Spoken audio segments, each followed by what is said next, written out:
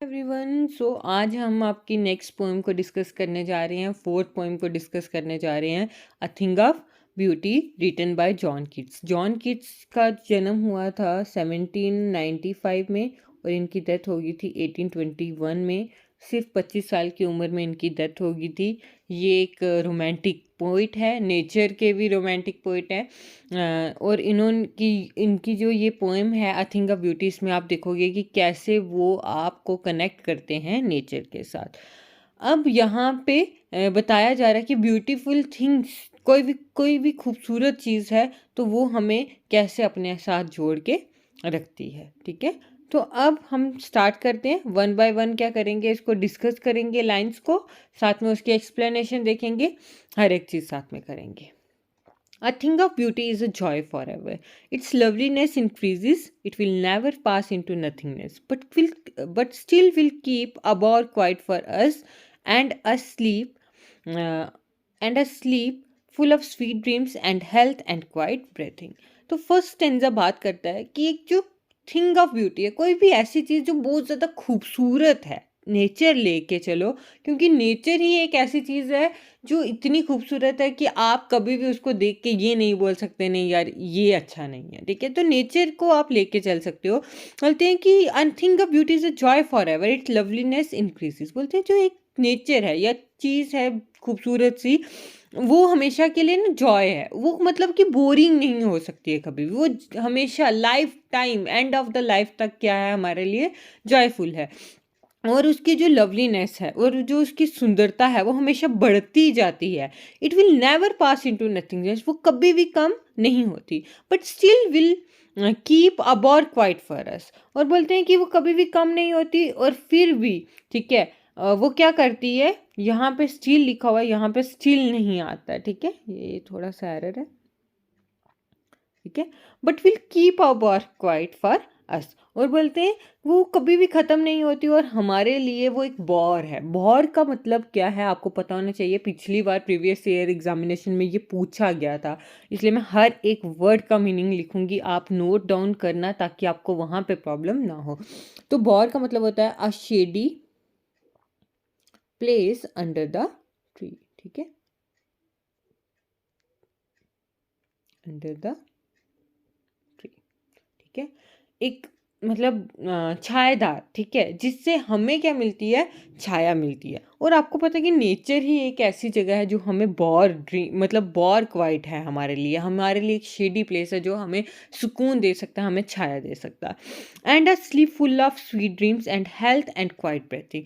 और बोलते हैं कि ये जो थिंग ऑफ ब्यूटी है ये तो सुंदर है, बढ़ती जाएगी, हमें शेडो दे रही है, सब कुछ दे रही है, उसके साथ साथ ये हमें एक सुकून भरी नींद देती है, फुल ऑफ स्वीट ड्रीम्स, सुंदर सुंदर ड्रीम्स होते हैं।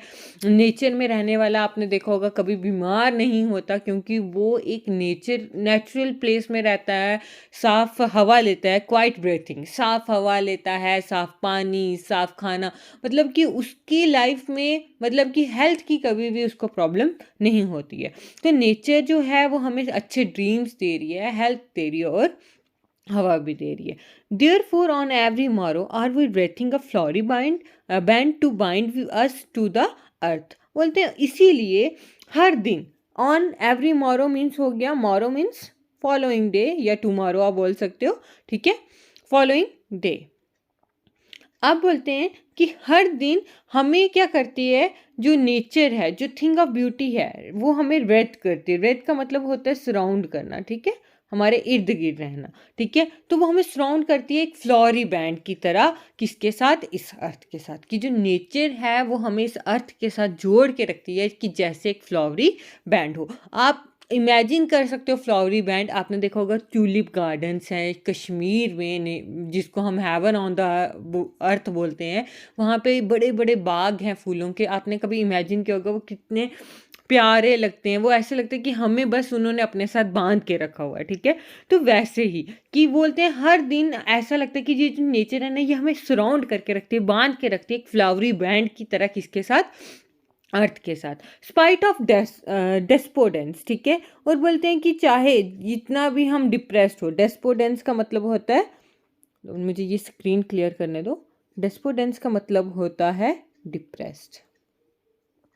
हो सकता है इस बार ये क्वेश्चन पूछ लें, भाई डेस्पोडेंस क्या होता है, तो यू नो दैट कि डेस्पोडेंस क्या होता है, डिप्रेस। बोलते हैं कि चाहे हम जितने मर्जी उदास क्यों ना हो, डिप्रेस क्यों ना हो, ऑफ द इनह्यूमन दर्द, ठीक है, ह्यूमन जिसके अंदर फीलिंग्स है, इन ह्यूमर जिसके अंदर कुछ भी नहीं है। तो दर्द का मतलब यही होता है लैक ऑफ समथिंग।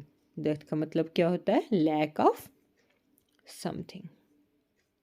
मैं बार बार आपको रिपीट कर रही हूँ, आपको कोई भी वर्ड का मीनिंग या कुछ भी पूछ सकते हैं। तो क्या बोलते हैं कि ये जो नेचर है, ये जो थिंग ऑफ ब्यूटी है, ये हमें सराउंड करके रखता है, अर्थ के साथ जोड़ के रखता है, किसकी तरह, एक फ्लावरी बैंड की तरह। चाहे हम जितने मर्जी डिप्रेस क्यों ना हो, चाहे हम मतलब कि जितने मर्जी ये जो इन ह्यूमन दर्द है, मतलब कि ये जो लोगों के अंदर इंसानियत नहीं बची, उसको क्यों ना फील कर रहे हो, of noble natures of the gloomy days, of all the unhealthy and our darkened ways, made for our searching, yes, in spite of all, some shape of beauty moves away the path. आप क्या बोलते हैं कि हम जितने मर्जी depressed हों, हम मतलब कि इन ह्यूमन दर्द से क्यों ना गिरे हों, ठीक है, कि मतलब कि लोगों ने मतलब कि जिनके अंदर फीलिंग नहीं है, जो हमारे साथ अच्छे नहीं हैं, उनके साथ हम क्यों ना गिरे हों। उसके बाद ऑफ नोबल नेचर्स, लोग होते हैं ना कहीं अपने आप को बहुत बड़ा चढ़ा के समझते हैं कि हम बहुत अच्छे हैं, नोबल नेचर्स, ठीक है, ये पूरी लाइन है, of the in human death of noble natures, कि चाहे मतलब कि लोग अपने आप को बहुत ज़्यादा समझते हो कि हम बहुत अच्छे हैं, हम अमीर हैं, नोबल्स हैं हम, पर उनके अंदर कभी कोई फीलिंग्स नहीं हो, चाहे हम उन लोगों से गिरे हैं, ऑफ द ग्लूमी डेज, चाहे हम सैड डेज से गिरे हुए हैं, मतलब कि सराउंडेड हैं, ठीक है, गिरे हुए हैं, ठीक है, गिरे ये वहाँ वो वाला नहीं है कि आप गिर गए, नहीं, गिरे हुए मतलब कि आप सराउंडेड हैं, ठीक है, ऑफ द ग्लूमी डेज, ठीक है, ग्लूमी का मतलब क्या होता है, सैड, चाहे आपके जो दिन है वो अच्छे नहीं चल रहे हैं, मेड फॉर अवर सर, नहीं, एक minute, of all the unhealthy and our dark and ways, चाहे फिर जितने भी मतलब कि अनहेल्दी वेज हैं या अवर डार्क एंड वेज हैं, कई बार हम लाइफ में चूज करते हैं, made for our searching, yes, in spite of all, चाहे वो जितने मर्जी गलत रास्ते हैं, डार्क एंड वेज हैं, जो हमने अपनी सर्चिंग में क्या किए हैं, यूज़ किए हैं, फिर भी yes, in spite of all, इन सब चीज़ों के बावजूद, some shape of beauty moves away the pall, फिर भी ये जो ब्यूटी है, इन सब चीज़ों के होने के बावजूद भी जो हमारा पैल है, पैल मीन्स सैडनेस, उसको क्या करती है, हमसे दूर रखती है, क्या करती है, हमसे दूर रखती है। मैं एक बार फिर से रिपीट कर देती हूँ, ठीक है, कि ये जो नेचर है, ये एक फ्लावरी बैंड की तरह है, जो हमें बाइंड करता है, बांध के रखता है अर्थ के साथ, फिर चाहे हम जितने मर्जी डिप्रेस क्यों ना हो, हम ये जो नोबल्स मैन के इन ह्यूमन नेचर होता है उससे क्यों ना गिरे हों, हमारे दिन खराब क्यों ना चले, चाहे हमारे रास्ते गलत क्यों ना हो, जो हमने अपनी लाइफ में कुछ अचीव करने के लिए चूज़ किए हैं, इन सब चीज़ों के होने के बावजूद भी ये जो ब्यूटी है, ये जो ब्यूटी की शेप है, ये हमें इन सब सैडनेस से क्या करती है, दूर रखती है। From our dark spirits, such the sun, the moon, trees old and young, sprouting a shady boon.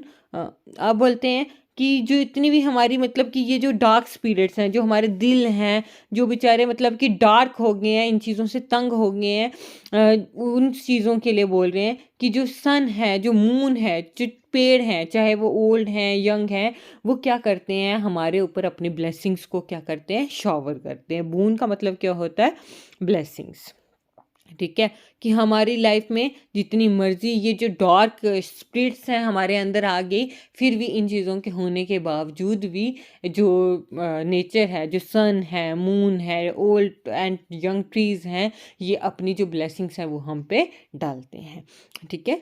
Then उसके बाद बात करते हैं for simple sheep, and such are daffodils, with the green world they live in, and clear rills that for themselves a cooling covert make against the hot season, the mid forest break, rich with the sprinkling of fair musk rose blooms, and such too is the grandeur of the dooms. We have imagined for the mighty dead all lovely tales that we have heard or read, and endless fountain of immoral drink pouring unto us from the heaven। सो आप वो क्या बोलते हैं कि अब हम वो बात करें नेचर के बारे में। चाहे देखो मतलब सिंपल सी शीप है, भेड़ का बच्चा होता है छोटा सा, कितना क्यूट होता है। चाहे फिर डैफोडिल्स हैं, ठीक है, वो जो ग्रीन वर्ल्ड है, जो नेचर है जहाँ पे वो रहते हैं। एंड क्लियर रील्स, रील्स क्या होती है, आपने देखा होगा पहाड़ होते हैं ना, उसमें से ऐसे ऐसे छोटी छोटी सी नदियाँ निकली होती है ना, ऐसे ऐसे निकल रही होती हैं, उनको बोलते हैं हम रील्स। क्या बोलते हैं, स्मॉल स्ट्रीम्स को हम क्या बोलते हैं, रील्स। ठीक है, तो वो उसके बारे में बात करें कि जो वो चाहे वो फिर छोटी सी शीप हो, डैफोडिल्स हो, ठीक है, या फिर वो ग्रीन वर्ल्ड जो है, डैफोडिल्स फ्लावर्स का क्या है, ग्रीन वर्ड्स है, ठीक है, वर्ल्ड है, वो है। उसके बाद चाहे बोलते हैं फिर, या फिर वो स्मॉल रील्स हैं, ठीक है, जो निकली हुई हैं कहाँ, इन ग्रीन वर्ड से, that for themselves a cooling covert make against the hot season. और बोलते हैं कि ये जो छोटी छोटी स्ट्रीम्स निकली हुई है ना, ये कब जो हॉट सीजन है, गर्मियों के मौसम में निकलती है, तो इनको देख के ही इंसान को क्या पड़ जाती है, ठंडक पड़ जाती है। कि कोई नेचर एक ऐसी चीज़ है, आप देखना कि जब गर्मियाँ होती है तो हम भागते हैं, ठंडे इलाके में जाने की कोशिश करते हैं, हिमाचल प्रदेश जाएंगे या फिर जम्मू एंड कश्मीर चले जाएंगे, ऐसी जगह में जाना पसंद करते हैं जहाँ पे क्या हो, ठंड हो। वहाँ पे स्मॉल स्मॉल रील्स होती है, हमें पानी के किनारे बैठना पसंद आता है, तो उन सब चीज़ों को शो कर रहे हैं। देन बोलते हैं the mid forest brake. Brake क्या होता है, एक प्रोसेस जो किसी चीज़ को क्या करता है, स्लो डाउन करता है, ठीक है। ब्रेक का मतलब किसी, मतलब स्लो डाउन करना, रोकना किसी चीज़ को। Rich with the sprinkling of fair musk rose blooms. और बोलते हैं कि क्या होता है कि ये जो है, मतलब कि हॉट सीजन में ये जो स्ट्रीम्स वगैरह जा रही हैं, ये क्या करती हैं, इस गर्म मौसम को क्या करती है, थोड़ी सी ब्रेक लगाती हैं। फिर बोलते हैं कि ये जो मस्क रोज़ हैं, रोज़ वगैरह लगे होते हैं जंगल वगैरह में, या मतलब कि हिली एरियाज़ में, इनका स्प्रिंकल होना, इनका खिलखिलाना, उसके बारे में बता रहे हैं। And such too is a grandeurs of the doom. Grandeur क्या होता है, हाई रैंक या सोशली इंपॉर्टेंट को हम क्या बोलते हैं, ग्रैंड्यूर, ठीक है। हाई रैंक लिख देती हूँ, ठीक है, या सोशली जो इम्पोर्टेंट होते हैं उनको हम बोलते हैं ग्रैंड्यूर। बोलते हैं या फिर वो जो ग्रैंड्यूर्स हैं, जो मतलब कि बड़े बड़े मतलब सोशली इम्पोर्टेंट पीपल्स हैं, उनके जो डूम्स हैं जहाँ पे उनको दफनाया गया, उनके बारे में बात करें। We have imagined for the mighty dead. तो उनको हम इमेजिन कर सकते हैं कि वो जो डूम्स हैं वो किसके लिए बनाए गए हैं, माइटी डेड के लिए। माइटी मीन्स ह्यूज, ह्यूज या इनॉर्मस, ठीक है, उन लोगों के लिए जिन्होंने मतलब कि कुछ ऐसा किया कि वो सोशली इम्पॉर्टेंट बन गए। उन्होंने क्या किया, अपने नेचर के लिए इतना किया कि वो सोशली क्या बन गए, इम्पॉर्टेंट बन गए, ठीक है। तो उन सब चीज़ों के लिए, कि वो लोग जिन्होंने अपने देश के लिए कुछ किया, उनके जो डूम्स हैं, हम उनको इमेजिन कर सकते हैं कि उनका जो मरना है वो माइटी, मतलब कि वो बहुत बड़ी बात है, ठीक है। Then all lovely tales that we have heard और रीड, ठीक है। और उन लोगों की जो वहाँ हमने कहानियाँ उन लोगों की सुनी है, ठीक है, या हमने पढ़ी हैं। And endless fountain of immortal drink, कि वो बोलते हैं ये सारी चीज़ें एक इमॉर्टल ड्रिंक है। इमॉर्टल जो कभी भी ख़त्म ना हो, नेवर डाइंग, मतलब कि ऐसा ड्रिंक है जो कभी भी ख़त्म नहीं हो सकता। Pouring on to us from the heaven drink. और बोलते हैं कि ये सारी चीज़ें, sun, moon, old and young trees sprouting, उसके बाद daffodils, sheep, green words, rills, ठीक है, मिड फॉरेस्ट ब्रेक या sprinkling of fair musk rose blooms, ठीक है, ये सारी चीज़, या ग्रैंड्योर्स के जो डूम्स हैं, ये सारी एक क्या है, मतलब कि ब्रिंक है, या मतलब ब्रिंक बोल रही हूँ, ड्रिंक है जो कहाँ से आ रही है, हेवन से आ रही है, कहाँ तक, हम तक। ब्रिंक का मतलब होता है एज, किनारा, ठीक है, एक हेवन के एज से हमारी तरफ आ रही हैं, जो कभी भी ख़त्म नहीं होगी, इमॉर्टल हैं ये चीज़ें, कभी भी ख़त्म नहीं हो सकती हैं, ठीक है। तो ये आ गई आपकी थिंग ऑफ ब्यूटी, कि ये सारी चीज़ें इतनी सुंदर हैं कि ये कभी भी ख़त्म नहीं हो सकती। अब हम बात करते हैं लिटरेरी डिवाइसेस की। तो आप देख सकते हो यहाँ पे लिटरेरी डिवाइस फर्स्ट पैराग्राफ में, फर्स्ट स्टेंजा में नहीं है। देन या ये जो है बॉर्क वाइट, ठीक है, यहाँ लिखते जाते हैं साथ में, ये बॉर्क वाइट, ये है मेटाफोर। ये मेटाफोर क्यों है, मैंने अभी आपको बताया। बॉर्क वाइट क्या होता है, शेडी, हाँ, shady place under the tree. तो देखो हम क्या कर रहे हैं कि नेचर को कंपेयर कर रहे हैं किसके साथ, ट्री की शेड के साथ, ठीक है, कि जो नेचर है वो हमें क्या देता है, छाया, और छाया कौन देता है हमें, ट्री। तो यहाँ पे वो कंपैरिजन है, इसीलिए ये क्या है, मेटाफर। एक लिटरेरी डिवाइस ये होगी। देन उसके बाद आ जाता है a flowery band to bind us, ठीक है। तो ये क्या है, इमेजरी। क्यों इमेजरी है, आपके दिमाग में इमेज बनी होगी जब मैंने बोला कि क्या है, ट्यूलिप गार्डन, है ना, बड़े बड़े डिफरेंट कलर्स के क्या लगे हुए हैं, ट्यूलिप्स वगैरह लगे हुए हैं और पूरे बैंड्स के टाइप के लग रहे हैं, वो आपके दिमाग में इमेज बन रही होगी। दैट इज वाई ये क्या है, इमेजरी। देन आप देख सकते हो ये ऑफ ऑफ, दोनों लाइंस के स्टार्ट वाला क्या है, ऑफ। तो इस डिवाइस को मैंने आपको क्या बताया था, क्या बोलते हैं, एनाफोरा।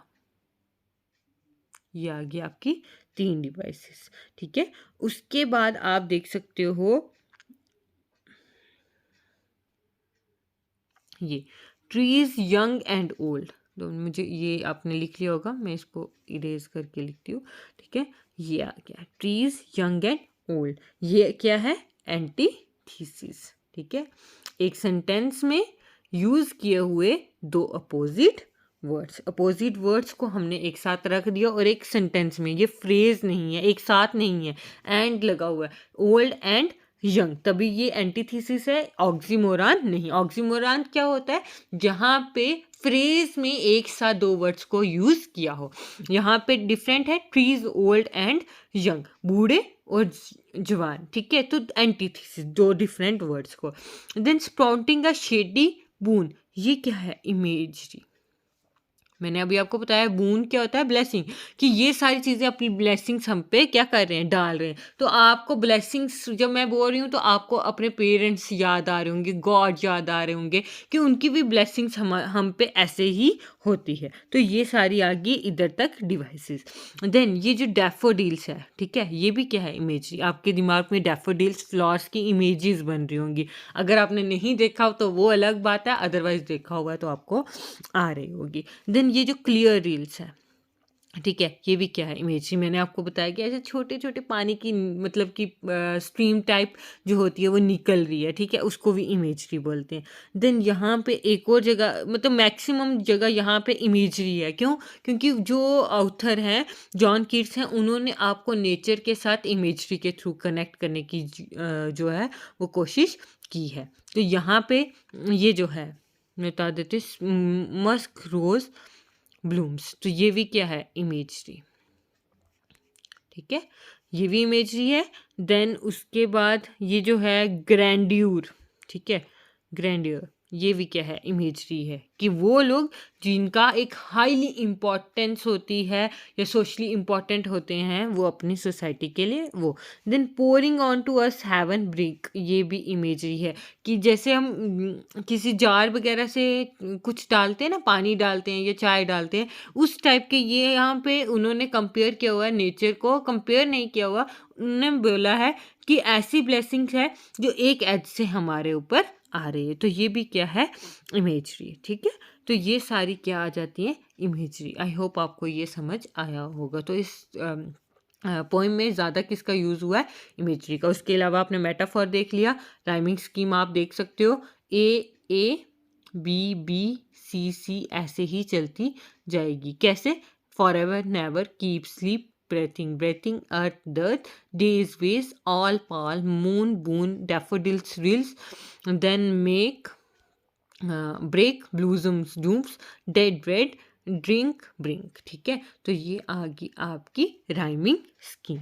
इसके अलावा आपको लिटरेरी डिवाइस समझ आ गया होगा, ठीक है। Thank you so much, I hope आपको ये समझ आएगी।